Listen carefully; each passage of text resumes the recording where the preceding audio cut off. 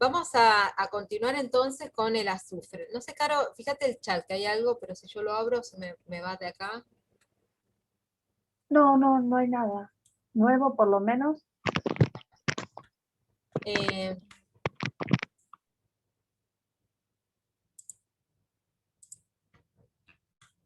bueno, el azufre acá lo tenemos ubicado en la tabla periódica.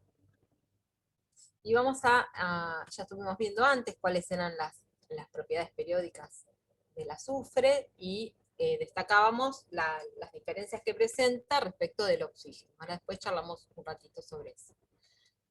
En la naturaleza, el azufre se encuentra de manera elemental como azufre 8 y presenta dos formas alotrópicas, así como el oxígeno tenía oxígeno diatómico y oxígeno como ozono. El azufre presenta dos formas que son la rómbica y la monoclínica, que es la más estable de las dos. Así es como se agrupa, ¿ven? La forma como una cadenita, y luego se cierra como un ciclo. Y después, de acuerdo a cómo se van interactuando entre sí esos ciclos, son las distintas bueno, y así, en forma de azufre elemental, se encuentra en depósitos subterráneos, que son las principales fuentes para la industria. La mayor parte del azufre que utiliza la industria se obtiene por un proceso que se llama FAST. Lo que se hace es inyectar agua sobrecalentada a alta presión en esos depósitos que tienen azufre elemental. Entonces eso hace que se funda el azufre y luego se lo eleva mediante inyección de aire comprimido. ¿Ven? O sea, acá sería el depósito, digamos, de azufre. Lo que se hace es inyectar agua a muy alta temperatura y después se lo extrae por acá. ¿Ven? Eso es, digamos, la hace mala, es como la minería a cielo abierto o es un proceso que no. No, me parece que no tiene ese tipo de problemas, digamos, que es un proceso bastante limpio, digamos. Lo único que estás haciendo es valerte de un cambio en el estado de ese, eh, de ese azufre, digamos, ¿no? Está cambiando de estado simplemente. Bueno, y dentro de los productos los compuestos de azufre, el ácido sulfúrico es el producto químico de mayor producción a nivel mundial. Se producen 150 millones de toneladas al año. Y de esa cantidad, la mayor parte vamos a ver después que se utiliza para producir agroquímicos, ¿no? Bueno, ¿cómo se obtiene el ácido sulfúrico? Primero necesitamos dióxido de azufre. Ese dióxido de azufre se puede hacer oxidando el azufre elemental a dióxido de azufre, o bien mediante azufre que se encuentra, por ejemplo, como sulfuro cuproso, obtener dióxido de azufre más cobre, ¿no? Siempre son reacciones de tipo redox. Una vez que tenemos el dióxido de azufre, lo tenemos que oxidar aún más hasta trióxido de azufre, ¿ven? Por reacción con oxígeno, pasa de dióxido de azufre a trióxido de azufre. Acá se utiliza como catalizador este óxido de vanadio. Y después se produce en una tercera etapa la hidratación. Eso se hace con ácido sulfúrico, o sea, el trióxido de azufre con ácido sulfúrico da este compuesto que luego, en presencia de agua, nos va a dar dos moléculas de ácido sulfúrico. El número de oxidación en el azufre es de más 6, ¿no? Presenta un octeto expandido en el cual están participando orbitales D.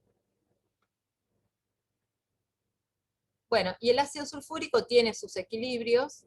En realidad, el primer protón se disocia completamente, tiene una Ka muy alta, por eso esa disociación es completa, y el segundo protón es más débil, este tiene una Ka de 1 por 10 a la menos 2. De todas maneras, incluso el segundo protón bastante, es bastante fuerte, bastante alta la constante, o sea que se disocia bastante. Bueno, entonces, se utiliza muchísimo en la industria, para industria de los pigmentos, de los cueros, detergentes en las baterías, por solamente decir algunas porque son muchísimas realmente. Y es de interés agrícola la producción de fertilizantes, como les decía antes. Fíjense que el 60% de todo el ácido sulfúrico producido se destina a esta industria, ¿no? La de los fertilizantes.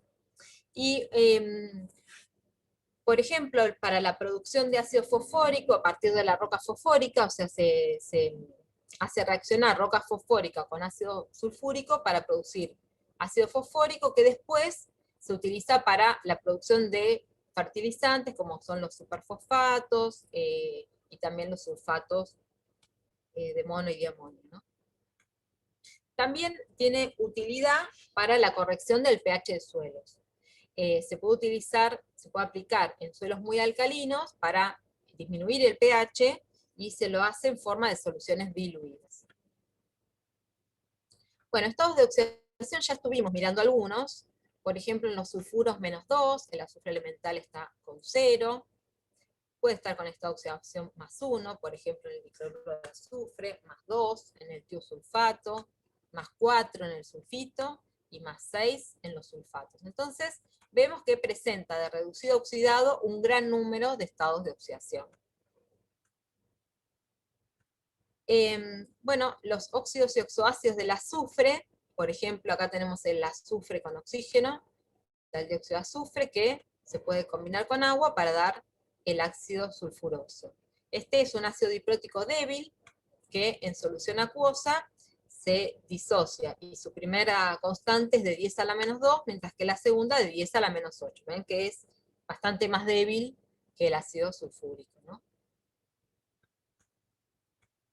Bueno, y ahora sí vamos a comparar las características y propiedades del azufre respecto de las del oxígeno.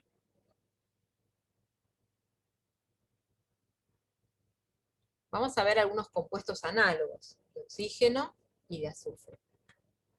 Por ejemplo, el oxígeno diatómico es un gas, o sea, el oxígeno en forma elemental, el alótropo más abundante es un gas, mientras que el azufre, azufre 8, es un sólido. ¿Por qué les parece que será esta diferencia? Que uno sea gaseoso y el otro sea sólido. ¿Qué Por tipo las de fuerzas moléculas? intermoleculares. Claro, ¿qué tipo de moléculas son las dos? En los dos casos son moléculas Polar. no polares, ¿no es cierto? Porque si se combina el elemento con sí mismo, bueno, no hay momento dipolar, son moléculas no polares.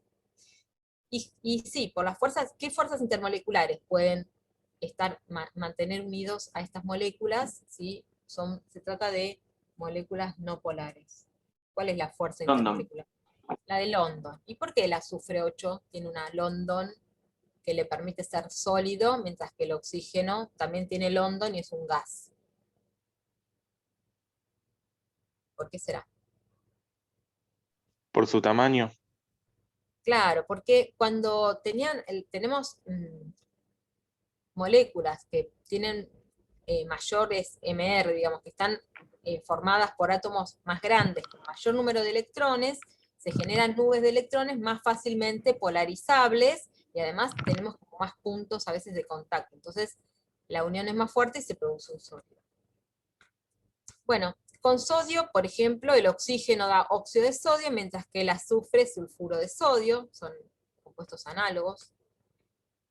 Con hidrógeno, el oxígeno da el agua, que tiene un punto de ebullición de 100, mientras que el azufre da el sulfuro de hidrógeno, que tiene un punto de ebullición de -61. Acá también lo mismo, ¿no? ¿Por qué se da esta diferencia entre los puntos de ebullición del agua y del sulfuro de hidrógeno? Acá el sulfuro de hidrógeno es más pesado que el agua, ¿no? Tiene un MR mayor por formar parte del azufre, ¿no? Pero ¿por qué, sin embargo, el agua tiene un mayor punto de ebullición? Porque tiene el puente de hidrógeno. Dos puentes de hidrógeno, ¿no? Claro, porque tiene posibilidad de hacer puente de hidrógeno. Entonces, esa es la fuerza intermolecular que da esa unión excepcional, que eleva tanto el punto de ebullición, hace que sea líquida el agua. Fíjense que aparte el sulfuro de hidrógeno es un gas, ¿no es cierto? Y además que tenga un punto de ebullición muy alto. Bueno, tenemos acá el dióxido de azufre y el ozono, ¿no? En el ozono podríamos pensar que, bueno, ese azufre se reemplazó por un oxígeno, ¿no? Son similares las moléculas.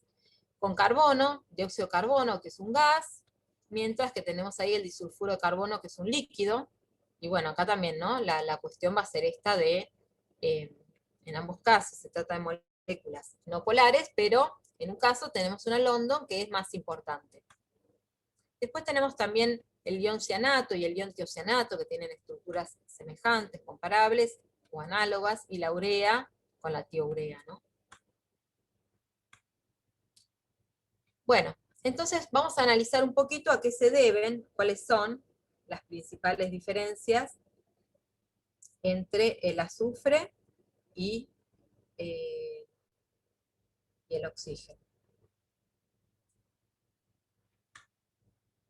Los dos tienen configuración electrónica externa NS2-NP4, ¿no es cierto? Eso lo vimos desde el principio, por lo tanto uno esperaría que, bueno, el oxígeno y el azufre tengan un comportamiento químico muy parecido.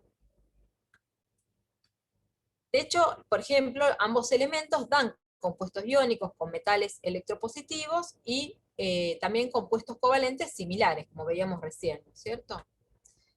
Pero aún así, vemos que hay diferencias importantes entre los compuestos de oxígeno y azufre. El azufre no puede formar enlaces dobles tan fuertes como los que da el oxígeno.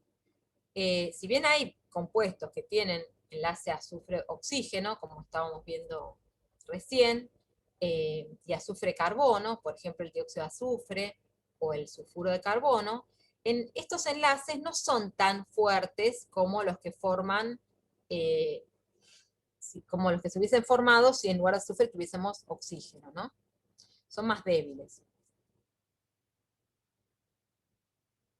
Por otra parte, el enlace simple azufre-azufre es muy fuerte, ¿ven? 270 kJ por mol. Comparado con el del oxígeno, o sea, si yo uno oxígeno-oxígeno en un enlace simple, tiene 145 kJ por mol.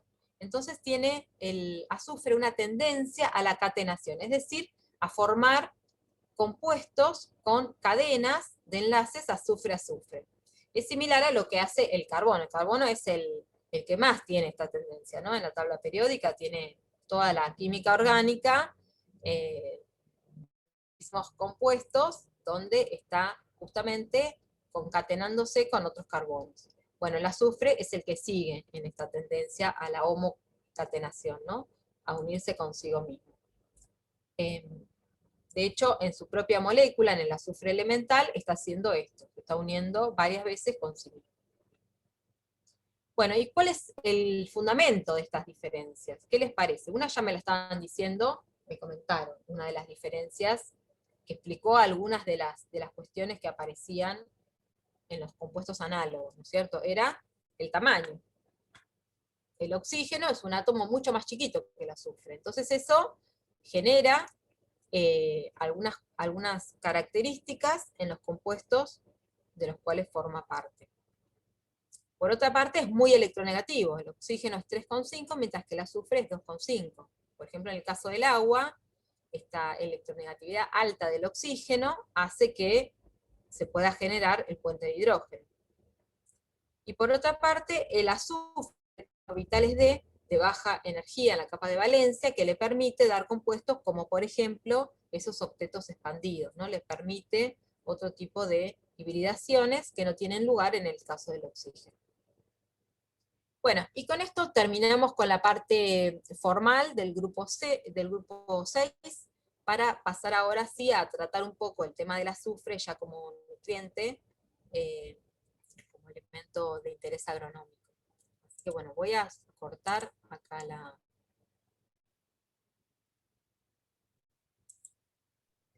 presentación. No sé si está José. Me parece que no. Sí, yo le dije que entrara en cuarto, así que vamos a ver si, para que le voy a avisar. Bueno, mientras tanto podemos ver si quieren, tienen alguna duda con todo esto que estuvimos viendo, o cómo vienen en general, cómo están con el estudio.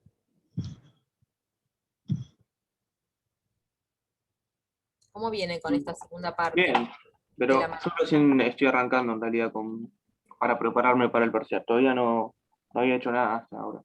Ah, está bien, ¿y empezaste con algún resumen? ¿Cómo te estás manejando? Sí, esto. Sí, resumen de los teóricos, y a veces veo algún video como para ir sacando más datos, ¿no? Reforzando. Sí. Es la forma. ¿Tienen libros? ¿Consiguieron Sí, alguno ahí de los libros? compartimos, hicimos un drive y ahí pasamos todos los libros que cada uno iba consiguiendo, así que tenemos bastantes. Ah, qué bueno. Muy bien. Yo nada más conseguí el de química agrícola, creo que de Navarro. No. Sí. Ese es lindo. Si pueden, pasen Sí, algún link que tengan. sí, Dale, pásame tu Gmail o tu Hotmail, cualquier cosa. Dale, ahí te lo paso, gracias. claro, estaría bueno que se armen algún grupito o algún listado de mails, ¿no? Como para poder pasarse información. ¿Y los demás cómo vienen? ¿Tienen alguna dificultad en particular?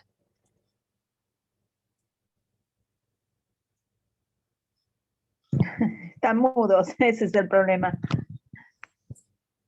Como vieron que siempre les decimos lo mismo, traten de no dejarse estar mucho porque esta parte parece todo así, como que es todo un cuentito, pero después se hace difícil para ustedes, tienen dificultad cuando tienen que relacionar los conceptos. Y hay mucho acá, fíjense que estuvimos hablando todo el tiempo de algunos conceptos que son desde Química 1, y cuando nosotros pedimos que fundamenten, nos gusta que utilicen este criterio, ¿no? Porque la materia es química, a pesar de que empezamos a ver cosas que son muy interesantes, ¿no? Que por ahí ustedes ven en otras asignaturas también. Acá, que los fundamentos tienen que estar, y las justificaciones, basadas en lo que es la química. Ahí se conectó José y los chicos, bueno, Walter, no sé si lo leyeron, que pide que lo incluyan a él en ese listado Sí, de... sí, ahí le mandé. Bueno, O quien quiere que entre, que pase directo el mail acá, si directamente lo copio. dale, hagan Claro. eso, porque Ailén ya te lo acaba de pasar. Y Gabriel dice que viene un poco atrasado porque perdió varias clases. Bueno, Claro, es entendible, Gabriel. me ¿Todo imagino. bien lo tuyo? Bueno, Y José calculo está que... conectado, pero no tiene audio, me parece. Ahí, José, te voy a dejar que puedas, creo que se conectaron bastantes ahora, porque Ay, tuvimos una baja, te cuento, José, por este tema de la luz. Pero bueno, sí, ahí te dejo para que vos puedas qué bien, Gabriel. compartir. Bueno, ¿Ahí me escuchan? sí, te escuchamos, José. Bueno, Bueno, paren que acá hay algo importante, ¿no? Que vamos a felicitar a Gabriel, que fue papá. Bueno, me alegro Sí, mucho, Gabriel, bueno. que haya salido que esté todo todo bien, bien. nos imaginamos. Así Sí, que bueno, un abrazo vía Zoom al virtual. papá, muchas felicitaciones, y bueno, también a la mamá, un abracito al bebé. Después queremos fotos, ¿eh? Esta cursada no termina sin una foto de ese Sin bebé. fotos, sí, por favor. Bueno, vamos a Bueno, entonces ahora a escucharlo a José, no sé si, que les va a dar una charla muy interesante sobre el elemento azufre, como les decía ya, desde el punto de vista más agrícola. y recontra agronómico ya, mucho más de lo que podemos decir. Fíjate, Hola, José, si José. podés compartir. Hola, Caro. Chicos, yo me conecto sin video, disculpen, pero si no la conexión es media mala. Así que bueno, puedo compartir la presentación, pero el video no. Está bien, está perfecto, no te Bueno, preocupes. chicos, bueno, ya la parte química de lo. Bueno, antes que nada, no sé, creo que me conocen todos, ¿no? Ustedes, yo soy José Boero, soy docente de la Comisión de la Mañana, soy agrónomo, así que bueno, por ahí les voy a dar esta parte más agronómica. Tenemos tiempo, ¿no? Tenemos 45 minutos. Moni, es así, ¿no? Sí, Y José, porque nos queda el parcialito a nosotros, pero sí, más o menos, sí, ponerle, dejar una horita como para el parcialito porque lleva su tiempo, pero sí. Bien, entonces tendría que estar terminando a las 5. Chicos, Sí, bueno, la idea es mostrarle por ahí la parte más agronómica. Cualquier duda, la idea es que lo hablemos a medida que vamos viendo. Vamos a hacer la parte química, ya la vieron, así que vamos a arrancar directamente con lo que es la parte más agronómica. Se ve bien la presentación ahí, ¿no? Sí, sí, sí. Lo que vamos a ver es un poco los ciclos, qué pasa en el suelo, qué pasa en las plantas con el azufre, qué fuentes tenemos de azufre y cómo diagnosticamos las deficiencias de azufre. ¿Qué sería la parte más, digamos, cómo manejamos un nutriente desde el punto de vista de la producción, digamos. Vamos a ver 3 diapositivas de los ciclos, desde la más simple, que es esta, a la última, que es donde está un poco más detallado. Acá es una forma bastante resumida de lo que pasa. Fíjense, los sulfatos están en el suelo, los absorben las plantas. A su vez, tenemos una parte de azufre, digamos, gases en el aire, que principalmente son los óxidos de azufre, que en caso de, sobre todo en las zonas más industriales, aunque actualmente esta concentración de los gases en la atmósfera se tiende a disminuir por las diferentes normativas que hacen que las emisiones sean cada vez menores. Los combustibles que se usan en los autos, sobre todo, tienden a ser cada vez con menor concentración de azufre para reducir la contaminación, con lo cual los gases de azufre en la naturaleza no son buenos, digamos, dan lo que muchos habrán sentido nombrar la lluvia ácida. Lo que hay en el aire está aportado principalmente, bueno, por la quema de combustible fósil en las industrias y gases, sobre todo erupciones volcánicas, que en esta zona no serían una fuente importante. Pasamos al otro ciclo, donde está un poco más detallado. El azufre en el suelo está en forma de sulfatos, principalmente, otras formas más reducidas, que ahora después la vemos más en detalle. Esto lo absorben las plantas. Al absorberlo las plantas pasan a formar lo que le llamamos azufre orgánico. Ese azufre orgánico es lo que forma parte de la materia orgánica, que eso puede ser que la planta después termine el ciclo y quede en el suelo, o nosotros cosechamos el grano y lo llevamos, lo exportamos, que le vamos a decir en pérdida por exportación, o, por ejemplo, producimos forraje, se lo damos a una vaca y parte se lo vamos a llevar, digamos, con la carne. Después, lo que va a entrar al suelo va a ser principalmente por fertilización, que es la imagen a la derecha, y también por lluvia, que después vamos a ver un poco las magnitudes de cada una de estas fuentes, porque lo bueno es que ustedes tengan idea de que, por ahí si leen algo de azufre, va a estar muy nombrado el aporte por la atmósfera. Acá en esta zona vamos a ver que es algo muy poco importante respecto a lo que absorbe un cultivo. Después el azufre en el suelo tiene varios equilibrios, un equilibrio redox, donde, ahora pues lo vemos, va dependiendo la condición del suelo, va a estar en formas más oxidadas, más reducidas, va a haber una interacción con las arcillas, que puede haber absorción-desorción, y una pérdida por lixiviación que puede llegar a ser importante, sobre todo donde llueve mucho o los suelos son textura muy gruesa. Pero lo vamos a ver con más detalle.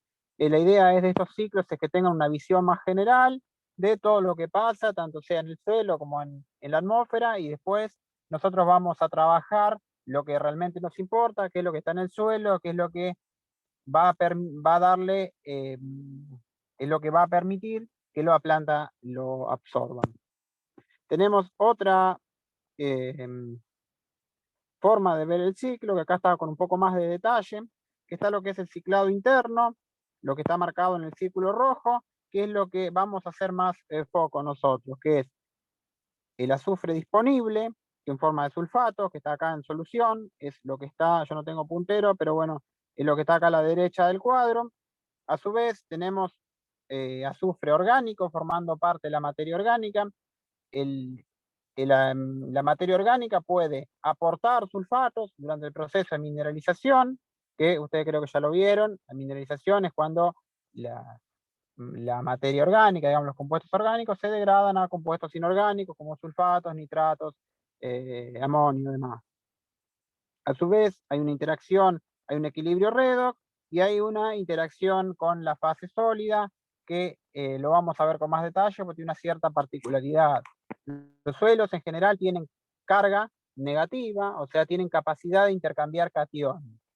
El sulfato es un anión y en general la capacidad de los suelos de interactuar con los aniones de la solución es baja. O sea, tiene ciertas condiciones específicas como la pH muy bajo, hacen que la matriz del suelo adquiera una carga positiva y pueda intercambiar, digamos, tener una capacidad de intercambio aniónico, que en este caso sí va a poder absorber o ceder sulfatos a la solución.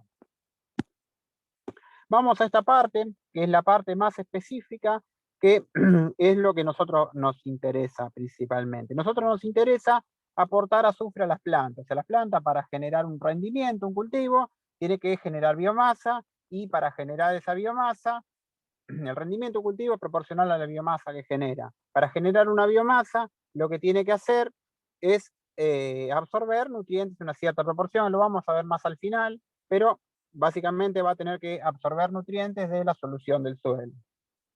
En este caso, la cantidad, el sulfato en solución es la fuente para las plantas. Lo que absorben las plantas, una parte, que es el cartelito rojo, se va cuando cosechamos y vendemos los granos, o el forraje. Otra parte vuelve al suelo, que es el rastrojo, el residuo de cultivo. Eso pasa a formar parte de la materia orgánica del suelo en un proceso que le vamos a llamar humificación. Se incorpora la materia orgánica del suelo. La materia orgánica del suelo es el principal reserva del azufre de suelo. Si nosotros medimos lo que hay en un suelo y lo separamos entre azufre orgánico, es decir, formando parte de la materia orgánica, y azufre inorgánico, vamos a ver que en condiciones normales, en los suelos agrícolas, es decir, suelos donde la materia orgánica está estabilizada y demás, vamos a ver que alrededor del 90-95% del total de azufre está en la materia orgánica. Lo que está en solución es una pequeña parte, y a su vez lo que está en solución puede, como les decía anteriormente, interactuar con la fase sólida bajo ciertas condiciones.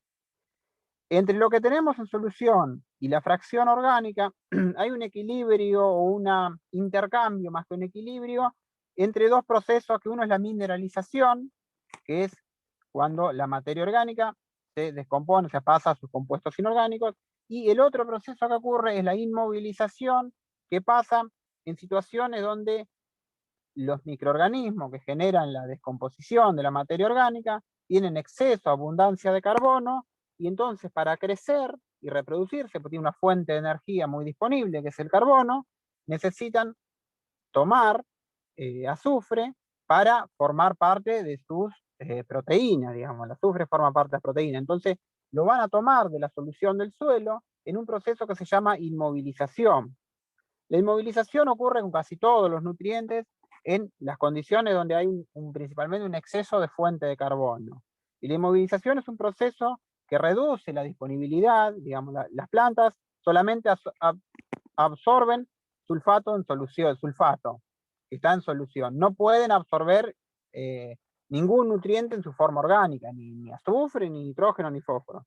Entonces, cuando hay un proceso de inmovilización, es decir, los procesos de transformación de la materia orgánica retiran el nutriente de la solución del suelo, hacen que no esté disponible, pero en verdad no se pierde, simplemente durante un tiempo no está disponible. Cuando ya la materia orgánica se estabiliza, la relación entre el carbono, o sea, los microorganismos respiran el carbono, con lo cual baja la relación entre el carbono y el azufre, esto empieza el proceso inverso, es decir, la mineralización. En ese caso, ya la materia orgánica se descompone y libera los nutrientes. Se llama liberación porque lo tenemos en una forma orgánica, es decir, no disponible, no lo pueden absorber de ahí, y pasan a la solución del suelo y la planta lo puede tomar. Como le decía anteriormente, los suelos tienen poca capacidad de intercambiar aniones, entonces el sulfato en solución es muy susceptible a perderse por el proceso de lixiviación. El proceso de lixiviación es importante en los suelos con los aniones, que interactúan poco con la fase sólida del suelo. Entonces, lo que está en solución, si viene una lluvia, un exceso de lluvia, el agua pasa a través del perfil y se lo lleva hasta abajo a la napa. Se lo lleva del perfil del suelo. Y en ese caso tenemos una pérdida, está marcado con una flecha roja, es una pérdida de lo que tenemos en solución. Y a su vez puede ser que las napas tengan un aporte de azufre al sistema cuando hay un ascenso de la napa. Lo que nos permite aportar azufre al sistema es principalmente la fertilización. La fertilización, si bien es relativamente nuevo, digamos, en los últimos años se empezó a incorporar fertilizantes azufrados, porque principalmente la deficiencia de azufre aparece sobre todo en condiciones de alto rendimiento y suelos que tuvieron mucho tiempo de uso, digamos, donde se extrajo mucho azufre y no se repuso, entonces se fertiliza. El riego, en los sistemas donde hay riego, el agua de napa sobre todo tiene sulfato, con lo cual aportaría algo, y la lluvia, que ahora vamos a ver que en esta zona es poco importante. ¿Cómo está el azufre en el suelo? Tenemos varias formas, pero solamente dos son importantes. La forma orgánica, es decir, constituyendo la materia orgánica, es la forma predominante, la principal reserva, y es importante porque es lo que nos permite almacenar el azufre en el suelo. Y la forma oxidada, es decir, sulfato, que están en solución, que es por donde se absorben por los cultivos y a su vez se pierden. La cantidad de sulfato que hay en solución normalmente en un suelo no es muy alta, porque está bastante lábil, digamos, tanto sea por lluvia o por alguna planta que está creciendo, se lo está llevando. Por lo tanto, el proceso de mineralización, es decir, el aporte que va a hacer la fracción orgánica a la fracción inorgánica del suelo es importante porque va a ir reponiendo lo que se va perdiendo. Después podemos tener absorbido, que dependiendo del pH, ahora lo vamos a ver, y formas reducidas que están en los suelos anegados, que son en condiciones de anegamientos muy prolongados, donde las formas oxidadas aceptan electrones y terminan reduciéndose a formas reducidas como el sulfuro. Y después hay formas intermedias como el tiosulfato, el dióxido de azufre, que pueden estar o por algún proceso de descomposición de la materia orgánica o algún proceso microbiano, pero se pierden bastante rápido. Lo importante es la reserva, es decir, el azufre orgánico, y lo que hay en solución, que es el aporte para las plantas. Vamos a analizar un poco los ciclos, las entradas y las salidas. Las entradas, la principal es la fertilización y el aporte de enmiendas, principalmente enmiendas orgánicas como guano o cama de pollos, que se aportan como fertilizante para aportar diferentes nutrientes. Y las precipitaciones, que pueden ser importantes en zonas donde hay una concentración alta en la atmósfera, como zonas industriales. En esta zona, ahora pues, se midió que la lluvia puede aportar más o menos entre 1,2 y 1,5 kilos por hectárea, por año. Ahora vamos a ver que respecto a lo que absorbe un cultivo, esta cantidad es bastante despreciable, con lo cual no llega a cubrir para nada lo que requiere un cultivo. Que ascienda el sulfato de la napa puede pasar, puede ser que ciertas plantas absorban gases de azufre de la atmósfera, aunque esto está citado en algunos libros, pero no es algo importante. Y el riego en los casos donde se trabaja con riego.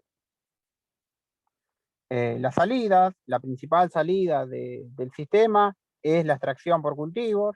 Ahora vamos a ver un cuadrito donde se analizan varios cultivos bastante comunes en la zona: soja, trigo, maíz, girasol, colza, sorgo. Bueno, tenemos la columna de la derecha, es el requerimiento, que esto está en tablas, está medido, es un valor estándar, digamos, para cada cultivo, que el requerimiento indica la cantidad de nutrientes que tiene que absorber un cultivo para producir 1 tonelada de rendimiento.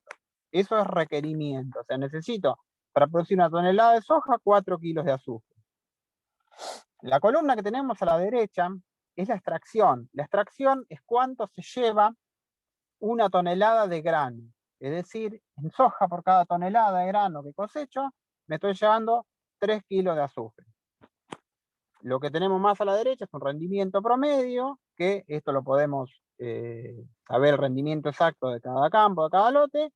Y por último, nos va a dar la extracción por cada campaña. Si multiplicamos la extracción que tenemos por el rendimiento, es decir, cuánto se lleva 1 tonelada de grano por el rendimiento del cultivo, sabemos cuánto se llevó cada cultivo en una campaña. Y van a ver que hay dos situaciones particulares: la soja y la colza principalmente, o sea, las crucíferas tienen, la colza es una crucífera, tienen mucha demanda de azufre para producir un cierto tipo de aminoácidos. Esto lo van a usar mucho cuando quieran hacer un cálculo de balance de nutrientes, porque esto le va a dar cuánto se perdió. Si yo quiero reponer, es decir, devolver al suelo lo que se llevó el cultivo, tendría que al menos en la campaña siguiente agregar la misma cantidad de que se llevó el cultivo. Entonces, con este cálculo, es decir, conociendo la extracción que tiene un cultivo por tonelada y el rendimiento, puedo saber cuánto se llevó. Entonces, la principal salida es una extracción, la cosecha, básicamente. Después tenemos pérdida por lixiviación, que es importante, sobre todo en los suelos de textura gruesa, donde llueve mucho, que el suelo se está lavando continuamente, el anión sulfato se fija muy poco al suelo, entonces se pierde fácilmente.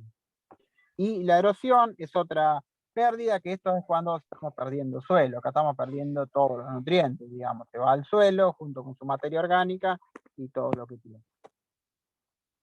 ¿Cómo se distribuye en el suelo? Que esto es importante ver a veces la distribución en el suelo para saber si tenemos que muestrear un suelo, dónde y cómo lo vamos a muestrear. Fíjense que la distribución en el suelo, en la profundidad, es mayor principalmente en los primeros 40 centímetros. Normalmente para analizar y para muestrear un suelo se divide en espesores de 20 centímetros las capas. ¿Por qué es importante? Es más alta en las capas superiores, porque el sulfato viene de la mineralización de la materia orgánica. Entonces, la parte superficial del suelo, las capas superficiales, tienen más contenido de materia orgánica, entonces pueden, al mineralizarse, liberan más cantidad de sulfato. La variabilidad es muy alta, y lo que se vio que lo que hay en las primeros 20 centímetros del suelo está muy relacionado con lo que hay hasta los 60 centímetros del suelo. Porque normalmente, para cuantificar la disponibilidad de, sobre todo, nitrógeno y azufre, tenemos que medir la cantidad de nutriente que hay en los primeros 60 centímetros del suelo, que es donde el cultivo tiene la mayor densidad, mayor crecimiento de raíces. Entonces, por una serie de muchos ensayos que midieron esto, se vio que lo que hay en los primeros 20 centímetros está muy relacionado con lo que hay en los 60 centímetros de suelo. Entonces, no es necesario, cada vez, si quiero conocer cuánto azufre hay en el suelo, no es necesario muestrear 60 centímetros de suelo, sino que con los primeros 20 centímetros se correlaciona muy bien con lo que hay en el perfil del suelo. ¿Cómo se mueve o de qué depende el movimiento en el suelo? Depende del movimiento de agua, porque el sulfato es muy soluble en agua, digamos, es soluble en agua y tiene poca interacción con el suelo, entonces cuanto más movimiento de agua en el perfil tenga, más se van a principalmente perder o distribuir en el perfil. El tema es que si se van por debajo de los 60 centímetros, las plantas no van a ser eficientes en absorberlo. Después, además, la interacción con el suelo depende de la capacidad de intercambio aniónico. En general, los suelos tienen capacidad de intercambio catiónico. La capacidad de intercambio aniónico está cuando el suelo tiene carga positiva. Y se da que ciertos tipos de arcillas, ciertos tipos de óxido de hierro y aluminio, y principalmente lo que define o lo que le da capacidad de intercambio aniónico al suelo es el pH, las cargas dependientes de pH que se encuentran las cargas positivas cuando el pH es ácido, menor a 6,5 empieza a haber algo, pero se hace muy significativo en suelos muy ácidos. ¿Qué pasa con el azufre en las plantas? El azufre es constituyente de varios aminoácidos esenciales, que la cisteína, metionina, triptofano. Entonces, si bien es muy importante para el crecimiento de la planta, también tiene un componente de calidad alimenticia de los productos. Un cultivo que es deficiente de azufre probablemente pueda crecer y rendir, aunque menos que un cultivo no deficiente, pero si se miden, se evalúan específicamente la calidad nutricional, es decir, los aminoácidos que tiene, probablemente tenga una concentración mucho más baja que un cultivo normal. Constituye una cierta enzimas claves, que generalmente lo que se necesita para una enzima siempre está, pues las enzimas están en una cantidad muy chica en una planta, lo principal son las proteínas de reserva, y se vio que mejora la eficiencia de utilización del nitrógeno en la fijación biológica, que sean las leguminosas, en presencia de azufre es más eficiente. Las plantas siempre lo absorben como sulfato desde el suelo, y en los cloroplastos hacen la reducción a sulfuro, que es la forma donde lo incorporan a aminoácidos. Acá vamos a ver un repaso de las fuentes que tenemos para aportar el azufre como fertilizante y la forma en que se aporta el azufre. Tenemos dos formas principales de aportarlo, que es como sulfato o como azufre elemental. El sulfato puede ser como sulfato de amonio, sulfato de calcio, que el sulfato de calcio es el yeso. En el caso de los superfosfatos simple y triple, que son fuentes de fósforo, además de algo de azufre. Por lo tanto, si uno está aplicando una fuente fosforada, como el superfosfato simple, estaría aplicando también parte de azufre. El sulfato de amonio también es una fuente de nitrógeno. Y una particularidad con el azufre es el azufre elemental. El azufre elemental se puede aplicar en el suelo. O sea, el azufre, como bien, el azufre es un sólido que se puede moler a una granulometría muy fina para generar un polvo muy fino que se llama micronizado, que el objetivo de esto es aumentar la superficie específica, así que sea más reactivo en el suelo. Después de la molienda se aglutina y se forman el fertilizante en forma de las bolitas que distribuye una máquina, ahora lo vemos. Entonces se puede tirar el azufre elemental, aunque las plantas no absorben azufre elemental, sino que tiene que haber un proceso que es la oxidación para que pase a ser disponible. Ahora lo vemos el proceso particular. Acá podemos comparar las dos fuentes o formas de azufre en el suelo, en el fertilizante, perdón. El azufre elemental no está disponible, digamos, eso es una cuestión fundamental. Las plantas no absorben azufre elemental, el azufre elemental no es soluble. Para estar disponible necesita ser oxidado en un proceso que ahora lo vamos a ver con detalle, y que es la velocidad, o sea, la eficiencia de este proceso va a determinar cuánto y a qué tasa va a pasar a ser disponible. En cambio, si aportamos sulfato, puede estar inmediatamente disponible, por ejemplo, sulfato de amonio que es soluble, o en el caso del yeso agrícola, necesita disolverse, porque es un producto de solubilidad baja, necesita disolverse, y una vez que se disuelve, ya está disponible para las plantas. El hecho de que esté disponible rápido tiene un problema de que si eso no lo absorbe enseguida un cultivo, una planta, se puede perder, o sea, se pierde, llueve y se fue para abajo y la planta ya no lo puede absorber. Por eso, si bien tiene una ventaja importante, la aplicación de sulfato, tiene un riesgo, una precaución, que es la pérdida por lixiviación. Lo mismo la residualidad. La residualidad es cuánto tiempo dura el efecto de la fertilización. Si se aplica sulfato, la residualidad va a ser baja, porque va a estar ahí, se va a liberar a la solución del suelo, y puede venir una planta y absorberlo, o puede venir unas lluvias y perderse. Entonces, si se aplica el sulfato, se tiene que aplicar en el momento donde la planta lo vaya a usar rápido, porque no puede quedar almacenado en el suelo. Otra cuestión que es una diferencia importante y que es muy importante tenerla en cuenta, es que la reacción en el suelo. El azufre elemental, el proceso de oxidación, que lo vemos en la diapositiva siguiente, tiene una reacción ácida, libera sulfato y protonio. Mientras que si aplicamos sulfato, o sea, sale del sulfato, tiene una reacción neutra. El sulfato no tiene capacidad, no es ácido.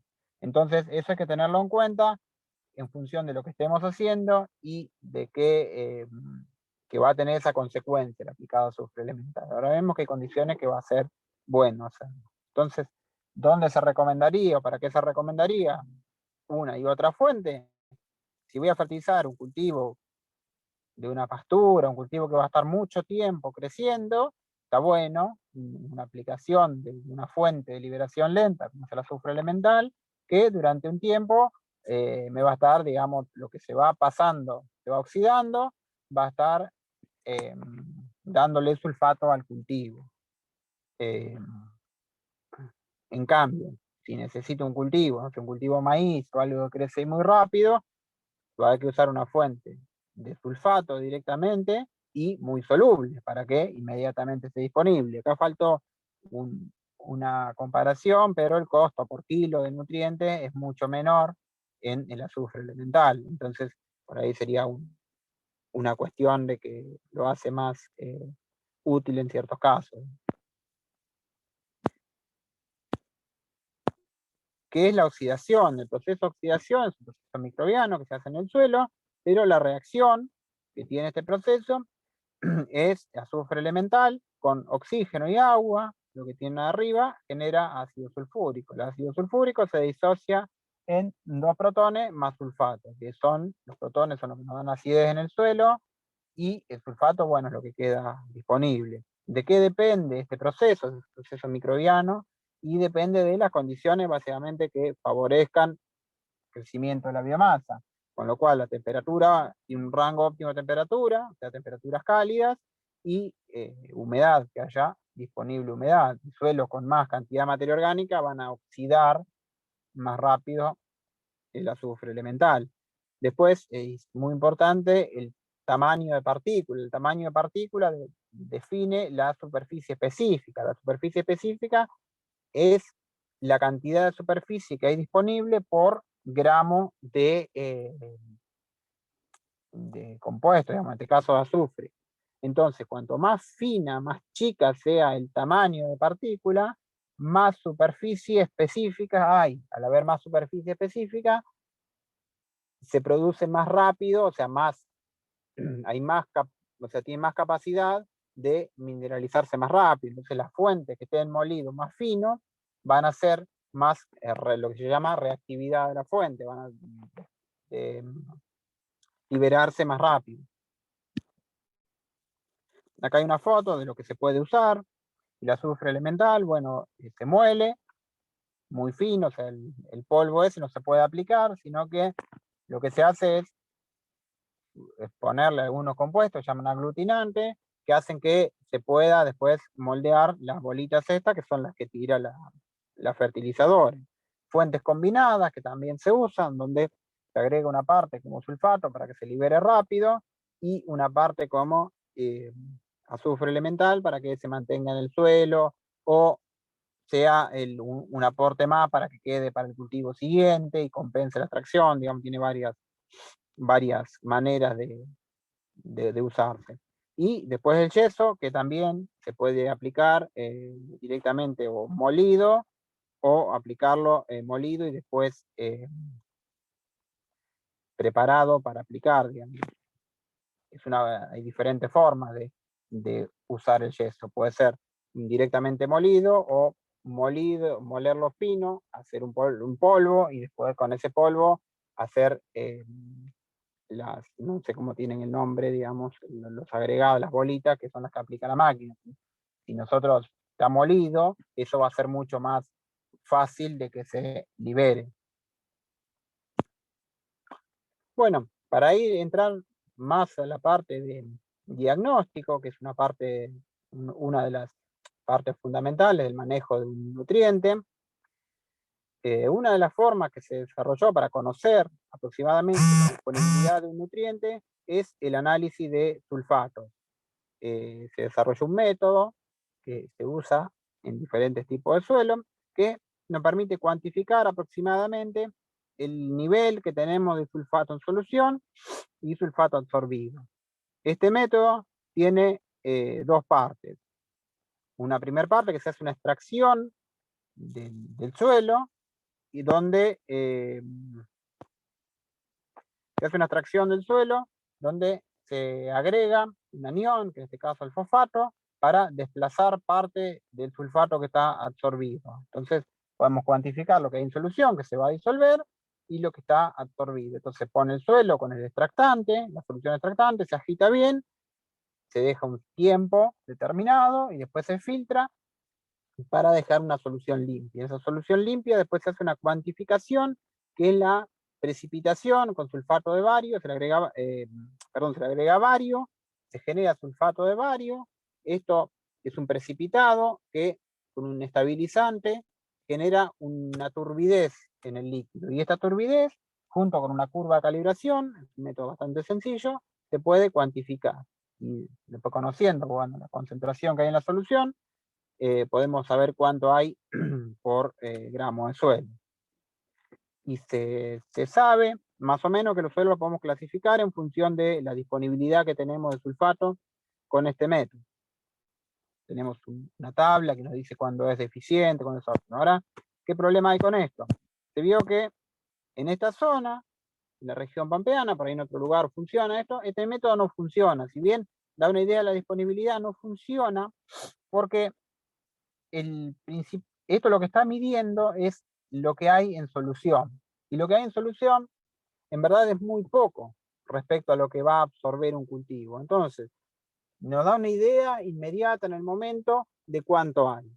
Ahora, lo que importa más que la cantidad que hay en un momento es qué capacidad tiene el suelo de pasar de la parte orgánica, es decir, no disponible, pasarla a sulfato, que es lo que después absorben las plantas. Entonces, este método no estima esa capacidad que tiene el suelo de mineralizar sulfato, de liberar sulfato por mineralización. Simplemente mide lo que hay en un momento. Y eso no es una variable que se correlacione con el rendimiento de los cultivos. O sea, se vio que eso no estima bien la deficiencia, porque particularmente en estos suelos donde lo importante no es lo que hay en solución, sino lo importante es la reserva que hay en forma orgánica y cuánto de eso puede liberarse en una campaña, es decir, en un año donde el cultivo está creciendo.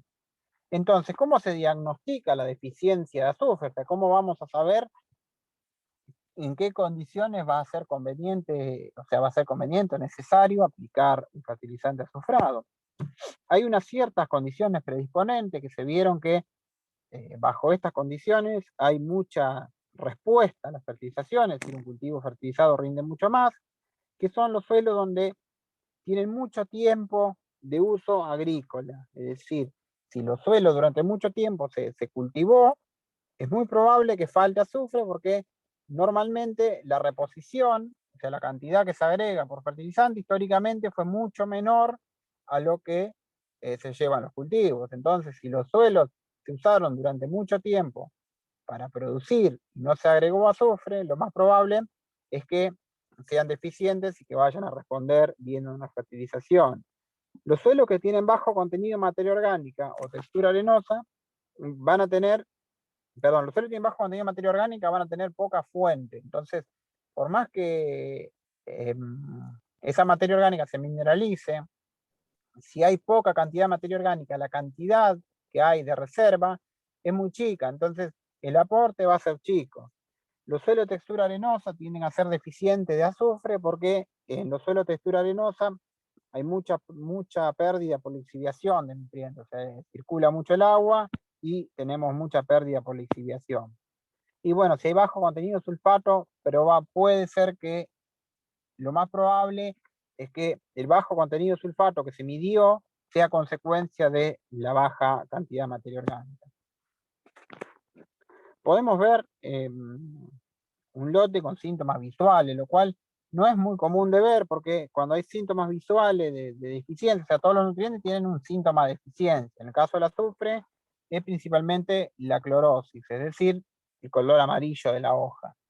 Pero cuando tenemos un problema de que se ve una deficiencia de nutriente, un síntoma de deficiencia, normalmente son cultivos que ya perdieron mucho rendimiento, porque no crecieron lo suficiente. O sea, estuvo tan limitada la oferta de nutrientes que no crecieron. Entonces, cuando hay un síntoma de deficiencia, primero que ya el rendimiento de ese cultivo va a ser mucho menor a un cultivo bien provisto, porque ya creció menos.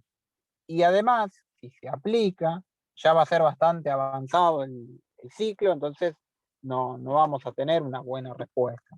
Después hay técnicas un poco más avanzadas o más nuevas, que es el análisis de la planta.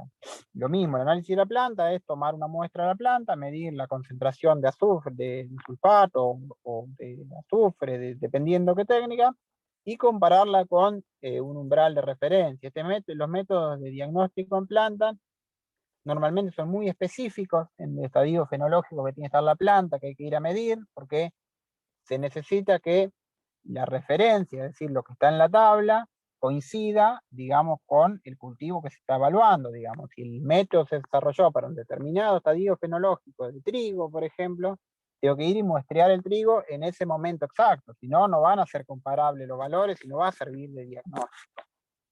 Lo mismo, tiene un problema estos métodos que normalmente, si el cultivo ya está avanzado, puede ser que haya perdido crecimiento. O sea, la disminución del crecimiento se da mucho antes de mostrar algún síntoma de eficiencia. Hay una técnica que se desarrolló para trigo, que es la relación nitrógeno-azufre en la biomasa, es decir, se cosecha una muestra del lote y se mide el nitrógeno y el azufre. Se correlacionan y se encontró que para trigo hay un valor bastante estrecho de esta relación. Cuando esta relación es diferente, indica una deficiencia. Entonces, ahí da una idea de corrección. El problema es que este método es relativamente complejo, porque hay que muestrear el cultivo, analizarlo, lleva un cierto tiempo, y además es solo para trigo. Existe la técnica de los índices espectrales, que son un índice espectral, es la medición de la reflectancia, la cuantificación de la reflectancia del cultivo a la luz, es decir, se pasa con un aparato que se llama radiómetro, que mide la reflectancia, o sea, lo que refleja el cultivo en determinada longitud de onda. Esto se lo compara, o sea, se genera un índice con estos datos de reflectancia específico, y esto se compara con una parcela que normalmente se debería hacer en el mismo lote, bien fertilizada, bien provista de, en este caso, azufre. Con eso tenemos idea de cuánto se desvía o varía el índice medido en el cultivo y el índice que tenemos en un cultivo de referencia. Esto para nitrógeno está muy desarrollado, bastante seguro, pero para azufre hay algunas técnicas que seguramente en pocos años se vayan a validar estos métodos, digamos, que son mucho más sencillos que hacer cualquier análisis en planta. Simplemente pasar con un aparatito, con un dron o con lo que fuera, medir la reflectancia de cultivo y enseguida se tiene el índice. Y la última forma que tenemos para diagnosticar es el análisis en grano, es decir, muestrear en el grano la concentración de azufre. ¿Qué problema tiene esto? Que ya es tarde, digamos, un método de diagnóstico para saber cómo está el lote, pero no nos sirve porque el grano ya, digamos, ese cultivo, si analizando el grano vemos que está deficiente, ya no se puede hacer nada. El cultivo ya rindió menos de lo que iba de su potencial de rendimiento y no podemos hacer nada. Digamos, sí nos sirve para saber que ese lote es eficiente y que vamos a tener que fertilizarlo. Bueno, estamos medio cerca de la hora. Acá tienen unas fotos de las deficiencias. Fíjense, las macetas, la de la izquierda es deficiente. La planta está muy amarilla, la hoja muerta, pero bueno, eso es una deficiencia que se ve en un laboratorio donde se cría en un sustrato, normalmente a campo. Lo que se nota, se sabe que hay deficiencia de azufre porque de la forma que se determinó que había deficiencia de azufre, sobre todo en esta zona, fue fertilizando lotes con azufre y lotes sin azufre, digamos, testigo y fertilizado, y se vio que rinde más, sin ningún síntoma de deficiencia. O sea, simplemente se sabe que al haber una deficiencia, los cultivos crecen, pero no llegan a su potencial de rendimiento, es decir, se crece menos, simplemente eso, pero salvo que económicamente genera una pérdida. Entonces, normalmente se detectó, y la mayoría de los ensayos con azufre se hicieron fertilizando y viendo qué diferencia hay entre uno y otro. Y después se desarrollaron estos índices más de las relaciones, qué pasaba si le falta, si se fertiliza de más y todo lo demás, y se pudo ver que hay otros indicadores que nos permiten estimar la probable deficiencia. Bueno, como para ir cerrando, el azufre también se usa como enmienda para bajar el pH del suelo. Cuando se una enmienda es una aplicación de algo en dosis altas para cambiar o corregir alguna propiedad del suelo. En este caso, el pH. Normalmente se usan enmiendas orgánicas, es común para corregir, digamos, la materia orgánica, para agregar nutrientes. En el caso del azufre elemental, se usa como corrector de pH. ¿Por qué? Se puede usar en suelos alcalinos para favorecer la disponibilidad de nutrientes, en suelo de pH 8, fíjense este cuadrito, lo van a ver un montón de veces, es un cuadrito que de manera gráfica da una idea de la disponibilidad de nutrientes en función del pH. Fíjense que en el 7 más menos 0,5 están todo en la máxima disponibilidad de todos los nutrientes. O cuando se va, por ejemplo, por encima de 8, empieza a faltar micronutrientes. Cuando faltan micronutrientes, normalmente el crecimiento es muy bajo. Si el suelo tiene un pH alto, o sea, y por ejemplo le falta hierro a la planta, es muy complejo fertilizar con hierro, porque el hierro no va a estar disponible por más que se lo ponga a la planta. Entonces lo que tengo que hacer es una aplicación foliar o corregir el pH. Entonces para corregir el pH, como el azufre elemental tiene esta reacción ácida, lo podemos usar como enmienda.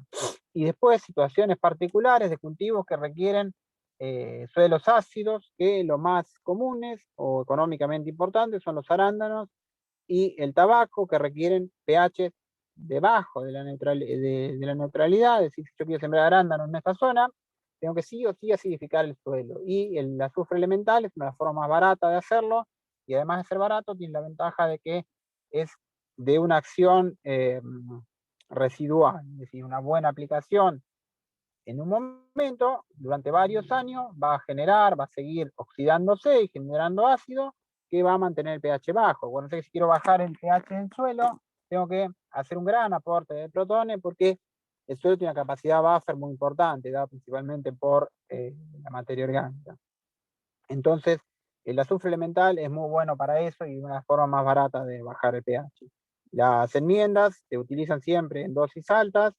De una enmienda, en este caso, fíjense que se usan entre 1 a 3 toneladas por hectárea, dependiendo de cuánto quieren bajar el pH, qué capacidad buffer tiene el suelo, pero si vamos a ver cuánto se aplicaría como fertilizante se aplica, no sé, 20, 30 kilos por hectárea, y de enmienda se aplican 1000 a 2000 o 3000 kilos por hectárea. Esa es la diferencia entre una enmienda y un fertilizante.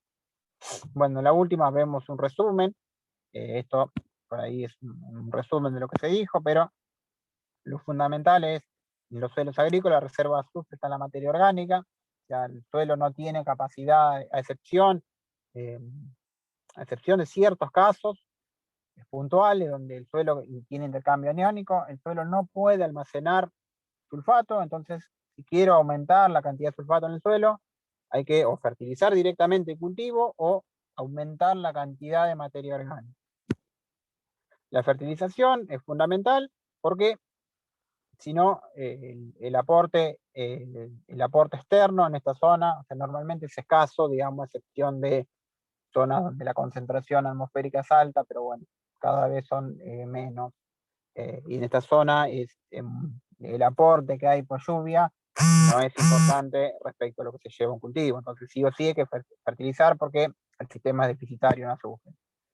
Una fertilización tiene una ventaja que se vio que, por ejemplo, en el trigo, en el maíz sobre todo, tiene un efecto bastante residual, pues si fertilizo muy bien un maíz, hace que el rastrojo que vuelva al suelo sea más rico en azufre y la materia orgánica se enriquezca en azufre. Entonces después esa materia orgánica va a almacenar el azufre y lo va a liberar por mineralización.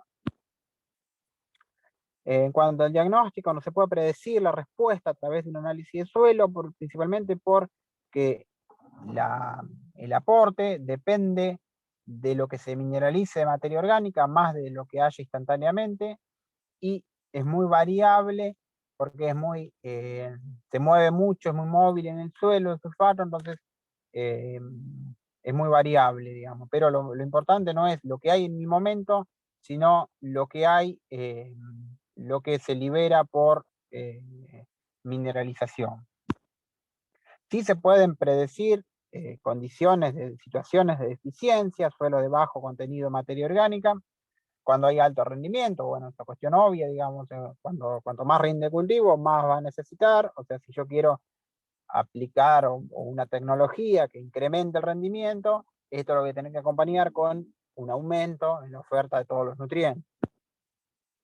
Bueno, y las técnicas de diagnóstico posibles, el análisis en grano es la técnica fundamental, porque nos permite saber si ese cultivo estuvo deficiente, pero no sirve para corregir, sí sirve para saber que en esa situación es deficiente. Y bueno, la idea es que se vayan desarrollando nuevas técnicas que seguramente van a estar más adelante. Bueno, creo que llegamos bastante bien. Justo. 17:00. Chicos,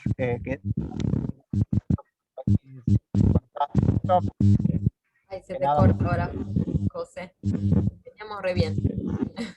Hola. Hola, hola, sí, veo que se corta.